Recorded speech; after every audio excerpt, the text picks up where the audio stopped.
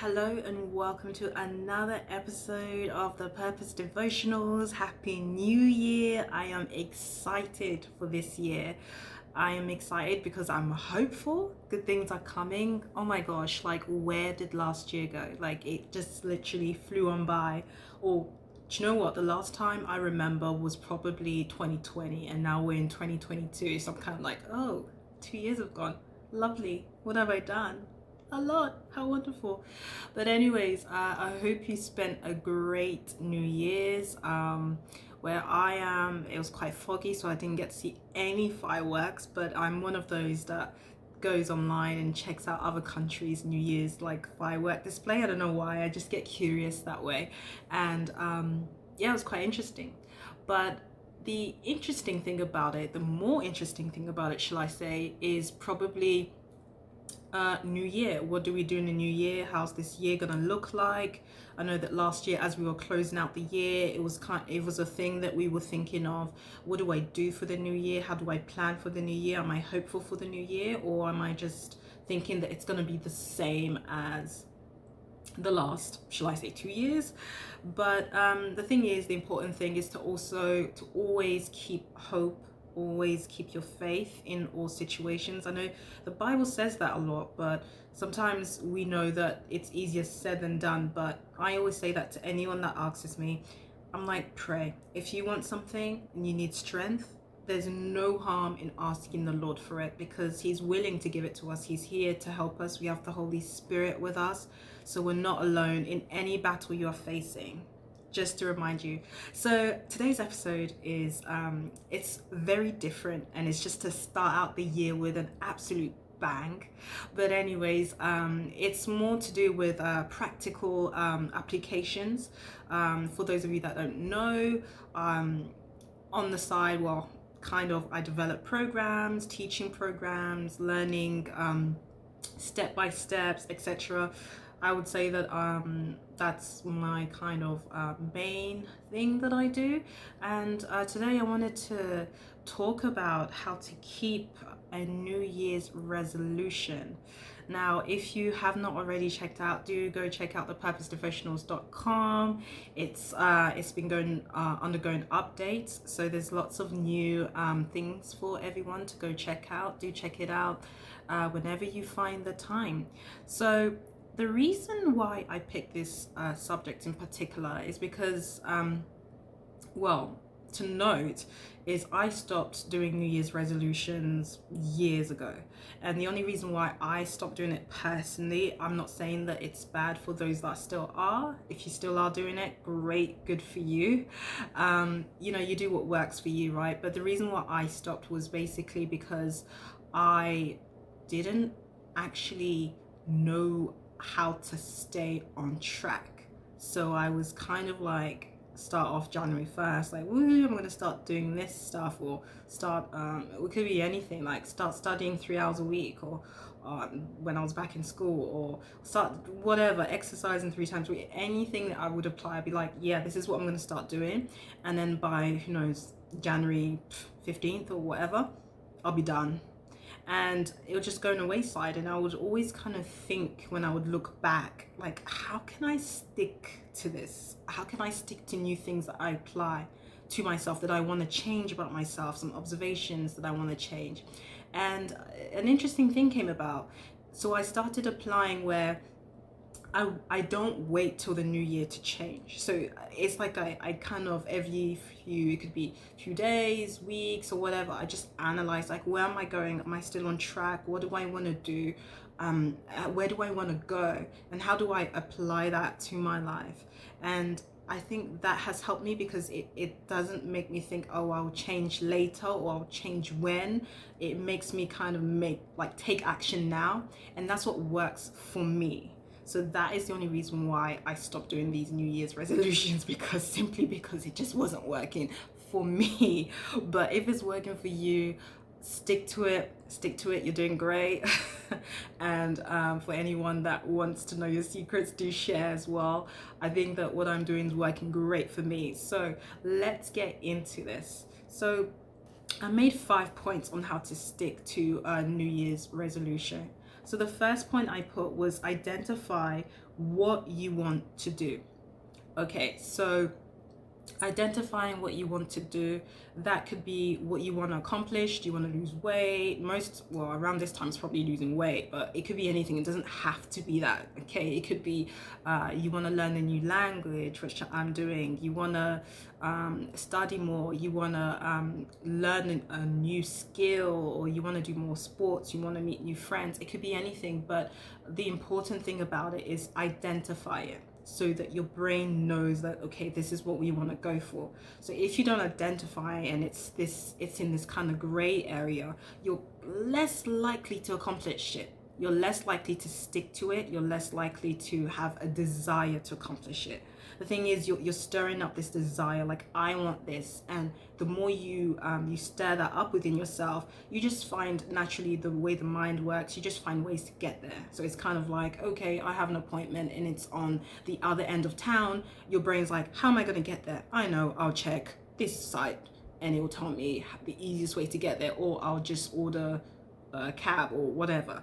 But that's just how the mind works. So you need to really identify what is it that you want, and you could also identify it as in writing it down, putting it on your phone, just something that just makes you acknowledge it, makes your mind acknowledge it. I know it may seem a bit small, like, oh, why do I need to do that? But it's amazing how, we it's almost like you need to tell ourselves something, right? You need to tell ourselves that I'm gonna do this, or I want to do that. So and that's number one. So the second point I put down was, why are you doing it? And the purpose, results. So purpose devotionals, hey, that's why I called it purpose devotionals. That's not the reason why I called it purpose devotionals, but it's the purpose of it, right? Why do you want to do it? What do you want to gain? Do you want to feel better, look better? Do you want to be able to apply for more jobs if you learn a certain skill? Like, there's always a point to it, there's always a purpose to it. And if you have a purpose to it, it will encourage you to stick to it even more, because your mind's like, no, I want to get to this end goal, and in order for me to get to this end goal, I need to take this step. So you're more inclined to stay on that track, and it helps align that track for you, to know that you are actually going somewhere, and that you're making progress, you're making steps towards in the right direction, the direction that you want to go. So the direction where, you're being guided in by, I would say, by the Lord. It's something that I do now. I don't just step out on my own. Every time I step, I do make sure that I'm praying that I'm making the right steps, because you don't want to be at the wrong place at the right time. That's just a side note. But anyways, another point I put with this was that it's not just because it's the new year that you want to do it. That's not a good enough reason, because if you find yourself in March or April or May, then it's no longer the new year, then, are we? We're nearly halfway through. So you need just a better thing to keep you on track. And that's why I mentioned, like, get a purpose. What's your purpose? What do you want to do? How do you want to get there? What are your options? Connect with people that may give you ideas of options. That's also good as well. Okay, up to point 3. What happens if I don't do it? What happens if you fail? Now, the thing about this is, naturally we like getting praises or kind of like rewards when we accomplish things. That's why some workplaces can reward someone for being employee of the month, or it could be any type of reward, because our mind tells us, like, yeah, you're doing great, look at that, you're being praised, you're great, you're on track, look how excellent you are. It just gives you that, like, feel good factor. And so I'm actually saying the opposite of that. It's like, okay, what will happen if I fail? And that would probably make you more cognizant to why you are want to succeed, right? Why it's imperative that you do succeed, that you don't fail. And I'm not saying that it's wrong to fail, but it's just telling yourself, making you acknowledge that if you do fail, what are the consequences? Am I just gonna be like, oh well, next time? Or am I gonna just be like, you know what, no, I don't want to fail, even if I miss a day, or even if I don't follow it to the T. I know I can pick myself back up and keep going. That is the goal, is to keep going, because if you stop completely, you're just kind of not going to get there, right? But if you pick yourself up by reminding yourself, like, no, I don't want to fail, this is not my goal, this is where I want to go, let's keep going, you're more inclined to keep yourself on that running pace as opposed to just not. So, and off to number 4, which is identify your weaknesses and work around them. And I put down, i.e., reminders on your phone, someone to hold you accountable, etc. What works for me personally is someone that holds me accountable. So sometimes I can share with people close to me, like, hey, I want to do this. So if I stop, I know someone will be like, wait, weren't you supposed to be? And I'll kind of be like in myself, like, yeah, I kind of need to get back on it because people are watching. And that is absolutely great. That works for me because it keeps me on track, because I'm like, no, I've said this, I need to stick to this. But it also could mean could be you adding it on your phone as a reminder. So it could be like a certain time. I know I put time reminders also, where it's like 7 o'clock, I need to do this, or 6 o'clock, I do that every week. And you just put like recurrent reminders on your phone, and there's those options. We have all these options that we could be using, and that could actually help us to keep on track with our resolutions or things you want to change about yourself. This doesn't necessarily just need to apply to resolutions. It could apply any time you feel like, you know what, I need to change this and I need to get new habits, I need to do better, I need to get better. You can apply this and it will help you get more on track. Like, it will help you kind of stay aligned to your goal, the goal that you have written down, or anything like that. Okay, and the next and the final one, well, not the final one, I've got an extra one. The 5th one is check back on your list. And I put down out of sight and out of mind. Now, the reason why I put that is because for me personally, and it's just not just for me, sometimes, have you ever gotten this thing where people are like, oh, you know, like if it's something you don't always see, if it's not a post-it, you forget about it because it's not in your face. You know, so sometimes you could use other ways, for example, putting up post-its or reminders on your phone and checking back on your list, reminding yourself to check back on your list. That is even applicable, because technically we need to be reminded, right? We need to be reminded of what we've been doing. We need to be reminded of what's our goal, how we're going to get there, just to encourage us and to help us check back and see, you know what, we're still on track and we still want to get there and we still have that desire to get there. And I would say that in every area of your life, I would encourage to do that, because you never know how well or bad you're doing if you don't check back on your progress. Like, how am I doing? Am I doing this better? Could I do this better? And it's not where you're criticizing yourself.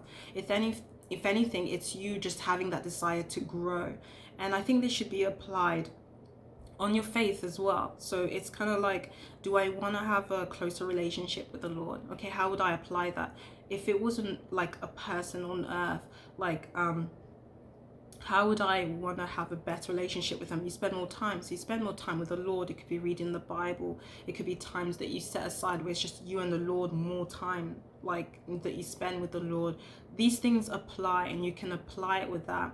And what I noticed also is when you spend more time with the Lord, it gives you that extra strength to keep going. And that's definite for me, because it's not really in our own strength that we are doing all of this. It's the grace of God that helps us, that keeps us going, that keeps us agile, and that keeps us running that marathon. And I can only testify to that, because back when I wasn't relying on the Lord, I would run myself to the ground. But until I got to that time where I was like, you know what, Lord, take over. So I'm going to try this. If it works, you know, I'm like, Lord, bless it. And I just realized that you just have, it's like rivers of living water just keeps flowing. You just keep going, and it's not your own strength. And I know that for certain. I'm like, yeah, this is not me.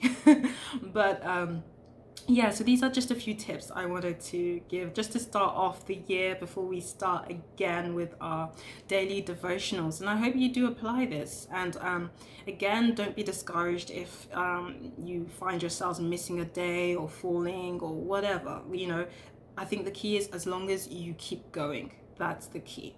So do check back for another episode of the Purpose Devotionals. Happy to have you here, and I'm wishing you all a happy new year once again. Hi guys, you can also find me on the Purpose Devotionals podcast platform. See you there.